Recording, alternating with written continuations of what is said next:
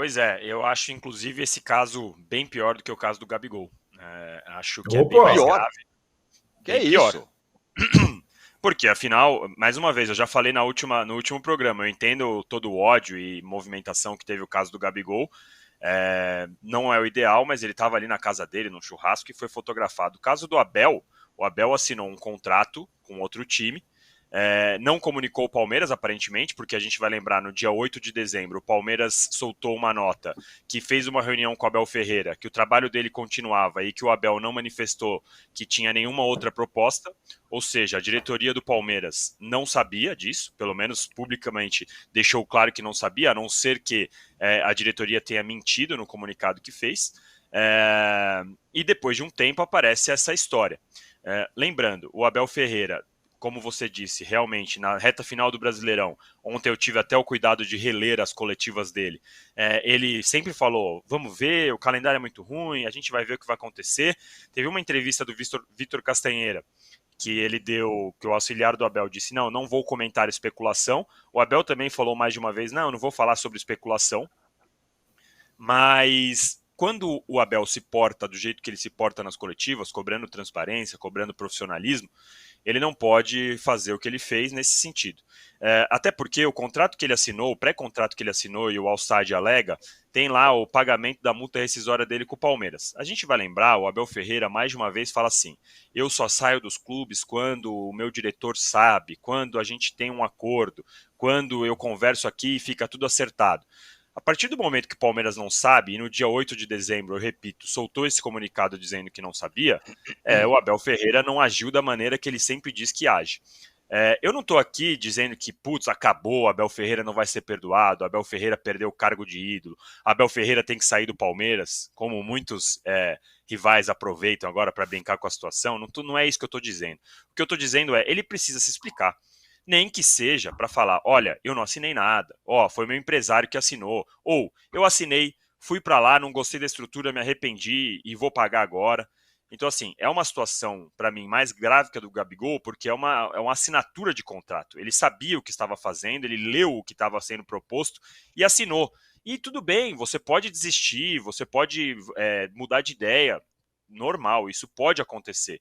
Mas desde que você faça isso de uma forma clara, com a diretoria do Palmeiras e, claro, com quem tanto te idolatra, que é a torcida do Palmeiras. Tem torcedor que falou, eu não tô nem aí, passei esse fim de semana todo recebendo mensagem, olha, não tô nem aí e tal. Beleza, tudo bem não estar nem aí, mas para mim, a partir do momento que o Abel se coloca como paladino da justiça, ele tem que se pronunciar e tem que ser mais transparente nesse sentido, especialmente com a diretoria do Palmeiras, e tem que falar. Não adianta falar, vamos esperar, vamos... O Palmeiras nem jogou nesse domingo por conta da paralisação, vai jogar na quinta-feira. Até quinta-feira esse assunto vai ficar sendo debatido em todo lugar. Vai ser o tema. E vai ser a primeira pergunta, e é capaz que o Abel ainda fique bravo. Eu quero falar do jogo. Não, você tem que falar desse assunto. Porque mais de uma vez você foi questionado e falava que era especulação, falava que não assinaria contra o clube, sem falar com o Palmeiras. Então, assim, é um assunto para mim mais grave que do Gabigol, mas não tem que ter, não é, tem que punir, tem que ser. Não é nesse sentido que eu tô falando. É só por conta da postura que o Abel se coloca. E mais, caso a FIFA dê razão ao SAD, tem que pagar essa multa de 5 milhões de euros e etc., é muito importante que o Palmeiras não pague isso. A não ser que o Palmeiras soubesse desde o início e estivesse escondendo. O Abel poderia ter falado para a Leila assim, putz, assinei aqui, tive uma proposta incrível, tô indo embora, vamos ver como a gente comunica o clube, a torcida aqui. Aí a Leila falou, olha, não vamos comunicar nada, eu vou cobrir, sei lá, eu vou te dar um aumento, eu vou te fazer alguma proposta melhor, e a gente finge que nada aconteceu. Aí errou o Abel e errou o Palmeiras. Então, nesse sentido, enquanto mais tempo demorarem para explicar essa situação, pior fica para os dois lados. Eu acho que esse é o ponto fundamental nessa história. Tem que se pronunciar, tem que falar. O Abel gosta tanto de passar recados no Instagram, colocar a coletiva do Guardiola, dar recados sobre calendário, e como disse o Trajano, muitas vezes recados e palpites corretos. Mas é bom que ele se pronuncie agora e fale alguma coisa para explicar essa situação. Porque não dá para ele ficar calado, assim, quieto e fingindo que nada aconteceu e que a gente vai esquecer tudo isso e que a torcida vai esquecer. Não dá. Mauro, Além disso, tem outra história. A Crefisa, o marido da Leila, sei lá, indo para o Rio de Janeiro para tentar ver uma questão com o Vasco. Não temos aí um conflito de interesses? Uma alegação que eu já ouvi é assim, não é a Leila que está envolvida, quem está cuidando é o marido dela. Qual a diferença? É óbvio que tem um conflito de interesses, né? Nesse caso, é evidente o conflito de interesses. Mas aí temos outras situações, como por exemplo, vários clubes com o mesmo dono, né? A inexistência do fair play financeiro, que é um assunto sempre secundário aqui no Brasil. Tem vários pontos aí que. É mais um ponto discutível, né? As SAFs que apresentam eventualmente resultados interessantes no balanço, mas aí quem puxa esse copo meio cheio ignora que tem uma dívida enorme lá do Clube Social que ainda existe, dívida de centenas de milhões de reais, e os credores não recebem, né? Não receberam. Porque é assim, né? A SAF você não compra a dívida, né? Eu assumo a dívida, vou pagar todo mundo e começo do zero. Não, você paga a perder de vista, sabe lá quando, dependendo de uma série de detalhes. Sobre o técnico do Palmeiras, eu quero ver se depois dessa as pessoas vão continuar dando uma relevância absurda ao que ele fala além do futebol. Como se ele fosse um pensador moderno, um homem à frente do seu tempo, um grande estudioso do pensamento e do comportamento humano. Né? Ele é só um grande técnico de futebol, excelente técnico, sem dúvida alguma. E se tornou aqui no Brasil um excelente técnico. Quando chegou não era tão bom, não, mas hoje ele é muito bom. É só ver o que o time dele jogava, que já jogou em outros momentos. Ele evoluiu muito profissionalmente, está de parabéns, vencedor. Mas ele é só um técnico, gente.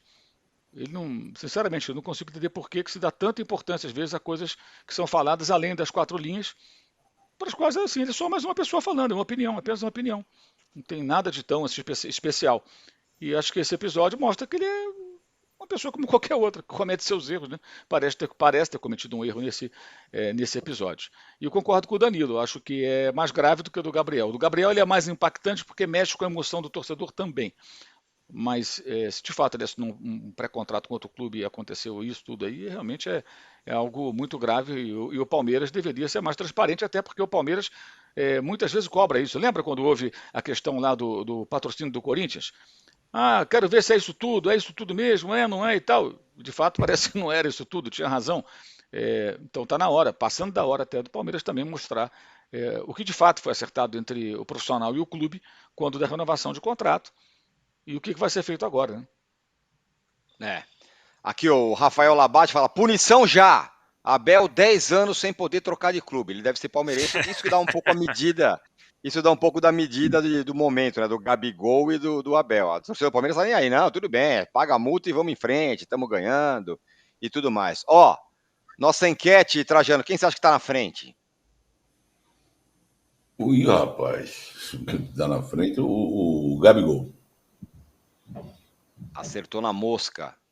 O que vai ser mais difícil? Gabigol ser perdoado, 53%. Corinthians esquecer o Cássio, 20%. Abel explicar o tal do pré-contrato, 27% por enquanto. Estamos nos aproximando da nossa meta de likes, ainda não chegamos, mas imaginamos que vamos conseguir chegar nessa meta.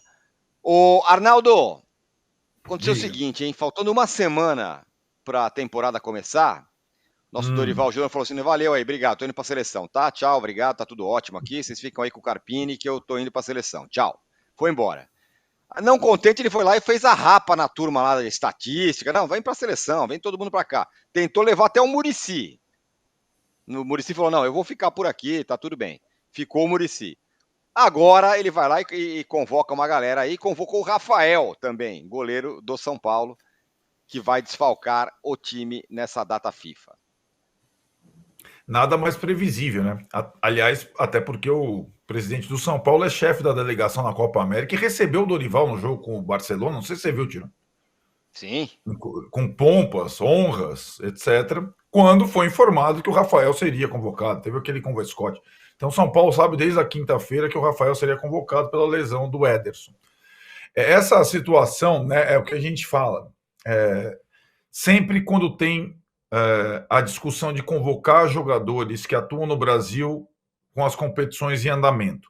Nesse ano tem até um requinte, né, de crueldade, que são 9 rodadas do principal campeonato durante a Copa América, que a gente falou lá atrás.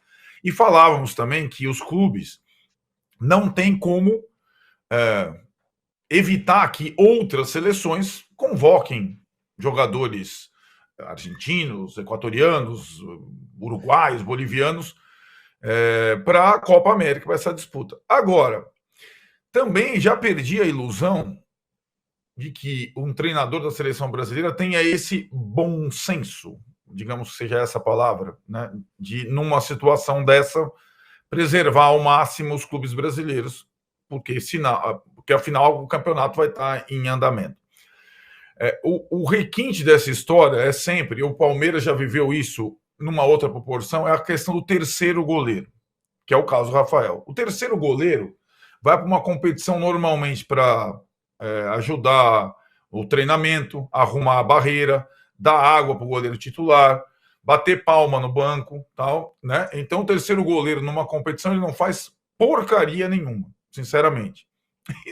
E ao mesmo tempo ele é o primeiro goleiro de um time que fica 9 rodadas sem o seu serviço. É a mesma coisa do Bento, do Atlético, só que agora o Bento, com a lesão do Ederson, fica como segunda opção. Se acontecer alguma coisa com o Alisson, o Bento ainda vai ter uma possibilidade de jogar. O Rafael não vai jogar, né? E o São Paulo vai ficar no Campeonato Brasileiro nesse período com o Jandrei. O Tirone nem lembrava mais do Jandrei. Jandrei no gol. Como a aproximação da direção do São Paulo com a CBF ela é total, e o Casares comemorou a convocação dele para chefe de delegação como se fosse um jogador, aí a direção do São Paulo é que eventualmente se explique com a torcida, né? E aí é uma questão que, para mim, é aquilo. Entendo que o técnico da seleção brasileira tem ótimas opções de brasileiros que atuam no exterior, inclusive goleiros como o Neto, por exemplo, que joga na Premier League, para completar a sua lista. Então, o Rafael, se não estou enganado, é o quarto, né, brasileiro que atua no Brasil nessa lista. O Dorival teria outras opções para o Rafael, para o Bento, para o Arana, e agora para o Endrick, até se fosse o caso, né? Eu só estou fazendo essa ressalva porque eu acho o restante da lista do Dorival, inclusive os 3 que foram convocados agora para completar os 26, sobretudo o Ederson da Atalanta, aquele mesmo volante que jogou no Corinthians, no Cruzeiro, no Fortaleza, eu acho uma lista muito boa, a lista do Dorival.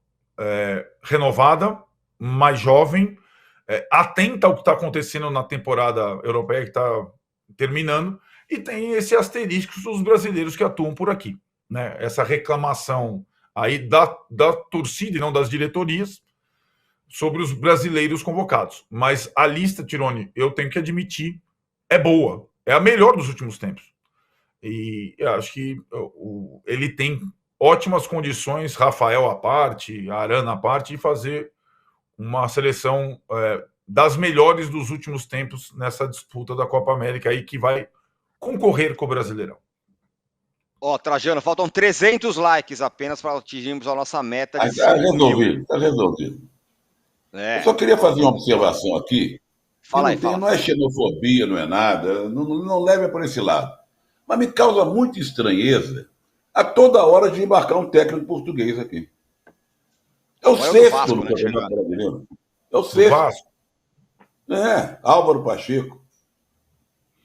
Aí você fala, os técnicos brasileiros, sei lá o quê. Mas escuta, qual é o currículo? Eu estava examinando o currículo aqui do Álvaro Pacheco. Fez um bom trabalho no Vitória de Guimarães. Antes foi técnico do Vizela e do FAF, que eu nunca tinha ouvido falar nesse time, inclusive. Sabe? Qual o nome? Qualquer tipo. É meio estranho isso. É a decadência total do técnico brasileiro e também o exagero em contratar técnico português. Muitos deles são competentes, estão fazendo um bom trabalho no futebol brasileiro. A escola portuguesa de técnicos é séria, eles têm uma formação legal. Mas eu acho um exagero. É um negócio... Basta ser português para ser técnico no Brasil. Na outra encarnação, eu vou querer nascer em Portugal para ser técnico no Brasil. Isso é, Danilo, isso é reflexo do Abel, que veio lá do PAOK e virou Abel. Aí todo mundo acha Todo mundo. Não, eu acho que Jorge... não, foi do Jorge Jesus. O Jorge Jesus era. Mas o Jorge Jesus era um cara que tinha história no Benfica e tal. O Abel não, né? Sim, não, mas eu falo do Jorge Jesus pelo sucesso que ele obteve. Não pelo sim, isso sem dúvida. Mas todo mundo fica procurando o seu Abel, né? Traz o cara lá não sei da onde, que esse cara vai ser o novo Abel. É isso, me parece. Tem um pouco disso e a gente vai lembrar o tanto de português que veio para cá e não deu certo. Mas é uma lista que a gente vai falar, o cara fala, quem treinou quem esse daí mesmo? Nem lembro. Outro dia teve uma foto do Abel com o Sapinto do Vasco, que eu falei, nossa, é verdade, o Sapinto treinou o Vasco. Assim, você vai ter uma lista de treinadores portugueses que não deram certo, assim como teve argentinos, uruguaios e outras nacionalidades. A grande questão que a gente tem que refletir, que a gente sempre propõe a reflexão aqui, é como os técnicos brasileiros estão sendo formados. E outra, qual é a paciência dos times com os técnicos que estão sendo formados. Teve agora o exemplo do Carpini, que estava lá no São Paulo. A gente, desde o começo, discutia se ele estava pronto ou não, mas ele durou 20 e poucos jogos e já está no Vitória agora. Se no Vitória ele não der certo, o que é uma possibilidade grande, dada a concorrência que o Vitória vai ter na Série A, é mais um treinador que surgiu como possibilidade que vai cair num limbo, como a gente tem vários outros aí, Eduardo Batista, Roger Machado e tantos outros treinadores que surgiram, que poderiam ter crescido, poderiam ter aparecido, mas depois de um fracasso em algum clube maior, de maior expressão, eles somem. A gente tem isso e aí fica nessa insistência dos portugueses, e eu concordo com o Trajano, na nacionalidade não significa nada. Tem que ver qual é o currículo, por que está sendo contratado. Quando você pega e contrata um português qualquer, parece que só a nacionalidade vai resolver, não é assim. Então, de fato, a gente precisa refletir bem, e eu acho que também é uma boa reflexão para os técnicos brasileiros, de entenderem por que eles estão sendo sempre colocados em segundo plano. Lembrando que até agora há pouco, a seleção brasileira ia pela primeira vez atrás de um outro treinador de fora, coisa que não aconteceu só porque o Ancelotti acabou desistindo.